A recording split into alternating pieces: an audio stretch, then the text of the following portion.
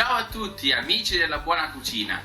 Bene, oggi facciamo una ricetta fresca e leggera per l'estate, ma la potete mangiare tranquillamente anche tutto l'anno. Facciamo il pesto di rucola. Andiamo a vedere gli ingredienti e dopo vedremo l'ottimo risultato.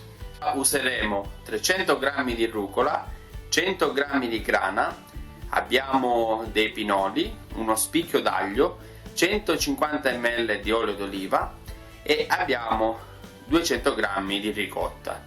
Alla fine aggiungeremo anche il sale e un pizzico leggerissimo di pepe nero. Bene, così prendiamo la rucola e la andiamo a mettere dentro questo contenitore piccolo. Potete farlo anche con un frullatore, ma io utilizzerò il semplice mix. Allora, gli ingredienti vanno messi man mano e alla fine i formaggi, quindi inizio a mettere l'olio, metto anche lo spicchio d'aglio e inizio a frullare.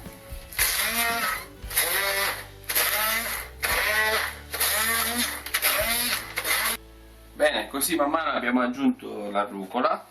Adesso mettiamo tutto l'olio,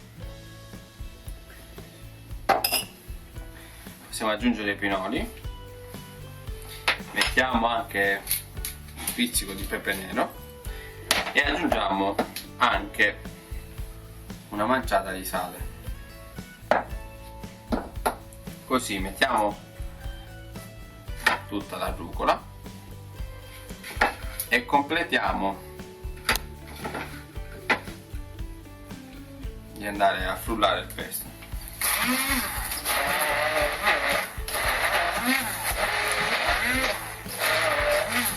Bene, così possiamo aggiungere la ricotta,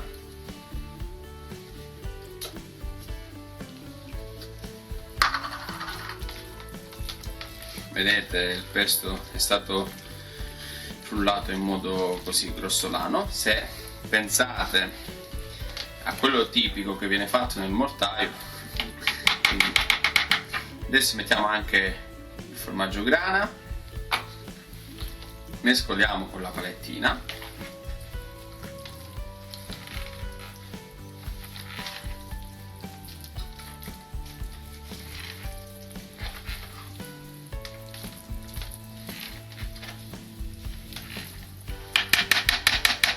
e per ultimo diamo ancora un'altra mixata, senza però esagerare.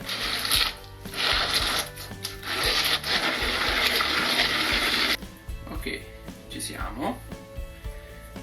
Ne lasciamo un po' da parte per eventuali bis. Ho lasciato qualche fogliolina di rucola, adesso la mettiamo come decorazione.